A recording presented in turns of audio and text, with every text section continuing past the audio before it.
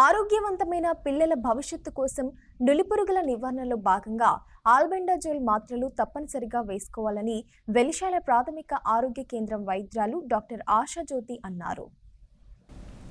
ప్రాథమిక ఆరోగ్య కేంద్రం వెలిశాల డాక్టర్ ఆశాజ్యోతి ఆధ్వర్యంలో జాతీయ నులిపురుగుల నిర్మూలన దినోత్సవం సందర్భంగా ప్రాథమికోన్నత పాఠశాల విద్యార్థులకు ఆల్బెండజోల్ మాత్రలు వేశారు. ఈ కార్యక్రమంలో డాక్టర్ ఆశాజ్యోతి మాట్లాడుతూ 1 సంవత్సరం నుంచి 19 సంవత్సరాల వయసున్న పిల్లలందరికీ ఆల్బెండజోల్ టాబ్లెట్లు ప్రాథమిక ఆరోగ్య కేంద్రం పరిధిలోని పాఠశాలలో, కళాశాలలో, అంగన్వాడీ కేంద్రాల్లో ఉచితంగా అందిస్తున్నట్లు తెలిపారు.